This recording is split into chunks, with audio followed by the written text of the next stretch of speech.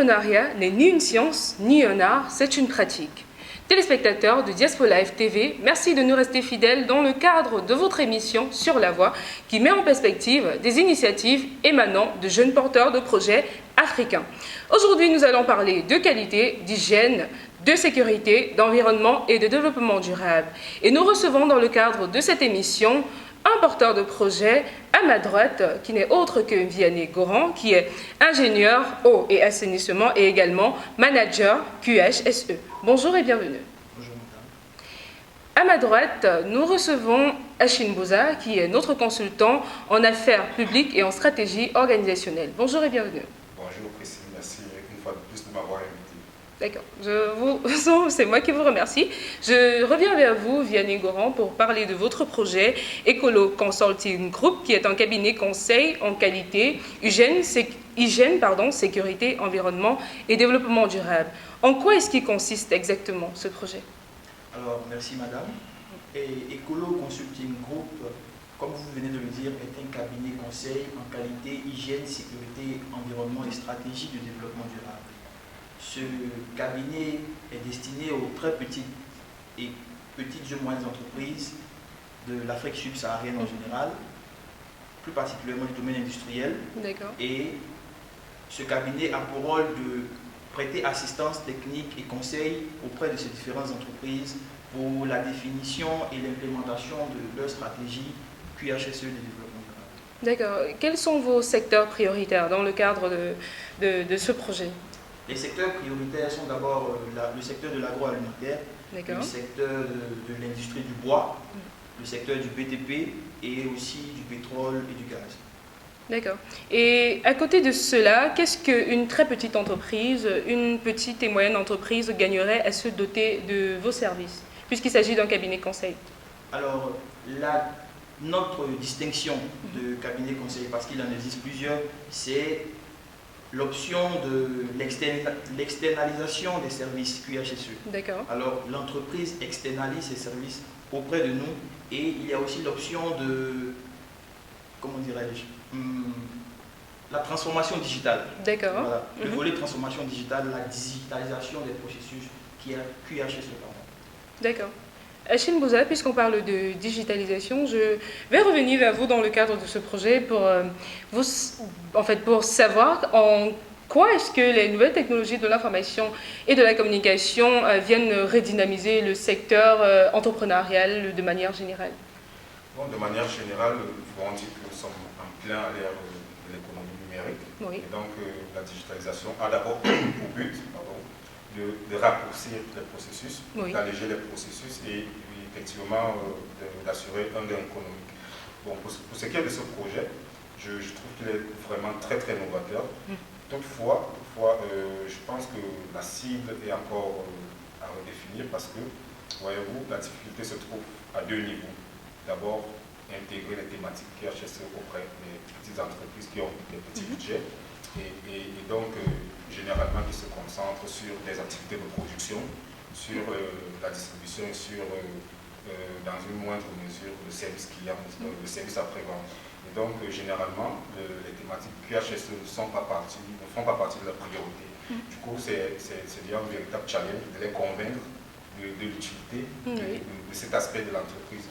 Deuxièmement, ce sont également des entreprises qui n'ont pas un très grand pouvoir financier qui leur permet de se doter de la batterie digitale qu'il faut, parce que lorsqu'on décide de se lancer dans la digitalisation des processus, il faut tout un accompagnement, parce que parfois ce sont des petites entreprises qui se résument au service comptable, parfois ils n'ont même pas le service RH, donc ils se concentrent sur le service comptable qui assure en même temps les activités d'achat, de production, de distribution, et puis ils sécurisent juste leur comptabilité.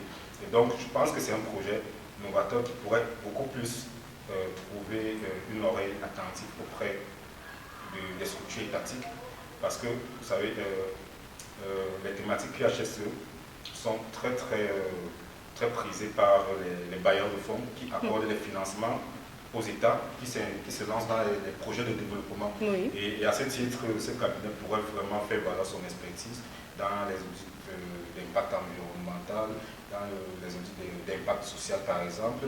Et donc je me dis c'est une cible qui est beaucoup plus adapté à ce cabinet parce que ce sont des thématiques, je peux dire, pratiquement de prestige pour les entreprises de l'Afrique subsaharienne qui se consacrent beaucoup plus aux activités de production et de vente. D'accord, là on va aller dans un cadre plus général pour savoir, puisque à côté de la qualité, la sécurité, de l'environnement, il y a aussi cette dimension développement durable, là, notamment dans la capacité de répondre aux besoins des générations actuelles, sans compromettre la capacité des générations futures à pouvoir répondre à leurs besoins exactement. Est-ce que vous pensez dans ce cadre-là que les entreprises africaines sont sur la voie du développement durable? Bon, là, je vais plutôt questionner la question, je vais plutôt questionner les politiques publiques en vigueur dans leur environnement. Est-ce que dans l'action publique de l'État, les mesures incitatives sont de nature à contraindre ces entreprises à s'inscrire dans une logique de développement durable? Parce que le développement durable, c'est d'abord quelque chose qui n'a de sens que si elle est portée par l'État. Et donc, si c'est que l'État a mis en place par exemple la taxe environnementale, généralement ce sont des taxes incitatives, c'est-à-dire si vous polluez trop, vous allez payer trop, si vous polluez moins, vous allez gagner, vous voyez. Et donc pour qu'une entreprise se sente obligée, parce que voyez-vous, il ne faut pas considérer qu'une entreprise ne s'inscrive volontairement dans une logique de développement durable, il faut toujours des mesures de contrainte.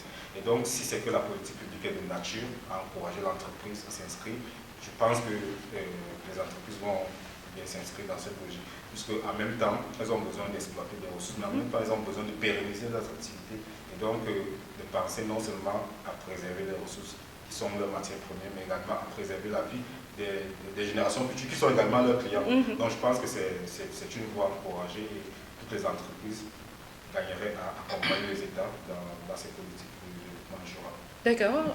Vianney, je reviens vers vous également pour savoir, vous parlez d'Ecolo Consulting Group, qui est un cabinet conseil. On voit d'une part les entreprises, d'autre part vos services. Comment est-ce que s'opère le processus quand une entreprise veut entrer en contact avec vous et veut bénéficier de vos services? Alors, pour qu'une entreprise puisse rentrer en contact avec nous, c'est assez simple. Nous aurons des plateformes et tous les réseaux sociaux, les différentes adresses pour que l'entreprise puisse rentrer en contact avec nous. Et après échange, après définition des problèmes que rencontre l'entreprise, s'il s'agit par exemple de définir une stratégie QHSE pour l'entreprise, en fonction des réalités de l'entreprise, de la taille de l'entreprise, du nombre d'employés, du nombre de sites et de l'activité qu'exerce l'entreprise, en ce moment-là, avec nos différents experts, nous pourrons porter assistance à ce cabinet-là. Et je souhaiterais revenir sur quelque chose. La particularité de notre offre de digitalisation est qu'elle est vraiment flexible. D'accord. Et avec un de nos partenaires qui est lui concepteur de logiciels de gestion QHSE, avec simplement un ordinateur et le logiciel intégré à l'ordinateur, on peut facilement gérer tout le service QHSE d'une entreprise et quelle que soit la taille de l'entreprise. C'est pour dire que le service externalisation décharge en fait la petite entreprise du poids que représente le service QHSE pour son fonctionnement. Et notre entreprise vient aussi pour essayer de réduire considérablement les coûts liés à ces procédures-là, puisque généralement ce sont des procédures qui reviennent assez chères pour les entreprises. Et c'est la raison pour laquelle aussi les petites et moyennes entreprises ne s'y intéressent pas vraiment, vu qu'elles ont d'autres problèmes assez concret. Voilà, d'accord, je vois. Avec la signature des accords de partenariat économique par les pays africains, la Côte d'Ivoire est également signataire de ces accords-là. Est-ce que vous accompagnez les entreprises dans les démarches relatives aux normes et référentiels de façon à s'internationaliser plus facilement? Bien sûr. Cependant, je tiens à préciser que notre cabinet ne fait pas dans la certification des entreprises. Nous accompagnons juste ces entreprises-là vers la certification. D'autres organismes accrédités se chargeront de cette certification-là. Et je veux aussi ajouter le fait que de plus en plus, en raison même de ces différents accords que nos différents États signent, les petites et moyennes entreprises et même les grandes entreprises locales sont confrontées à des problèmes de réglementation qui rendent difficile même l'accès à certains marchés. Et donc, intégrer des processus QHSE et des stratégies de développement durable au sein de leurs entreprises leur ouvrent des portes, leur ouvrent d'autres marchés. Et c'est la raison pour laquelle, quelle que soit la taille des entreprises, elles sont de plus en plus enclines à s'intéresser à tout ce qui est stratégie de développement durable et tout ce qui est stratégie QHSE. D'accord. Je suppose que ce projet-là, vous allez mettre en œuvre en Côte d'Ivoire.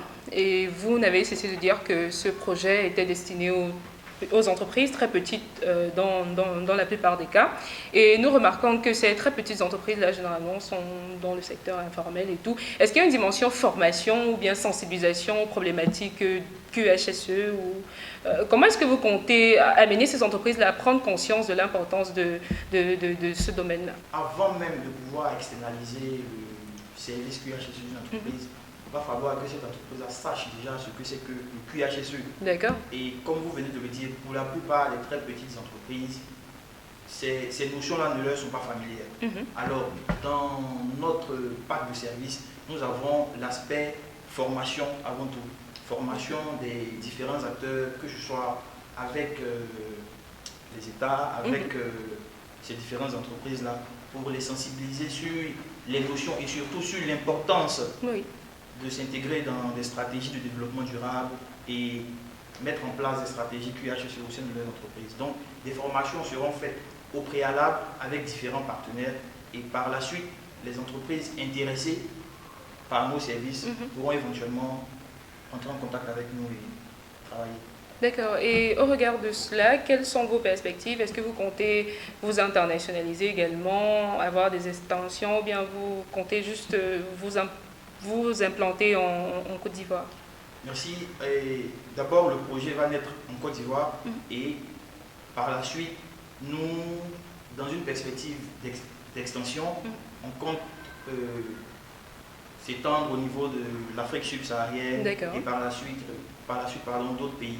Je tiens aussi à préciser que je ne suis pas le seul porteur du projet. Nous sommes au nombre de 4. D'accord.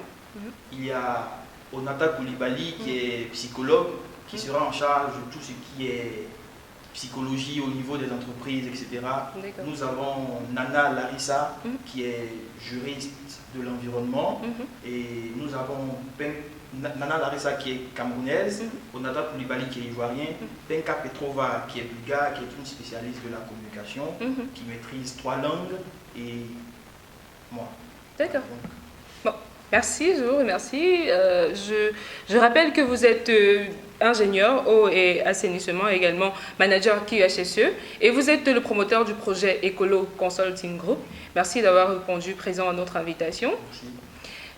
Achille Bouza, merci. Je rappelle que vous êtes consultant en affaires publiques et en stratégie organisationnelle. Merci d'avoir été avec nous tout au long de cette émission. Merci à vous, chers téléspectateurs, et rendez-vous très prochainement sur Diaspo Live TV pour une autre édition de votre émission.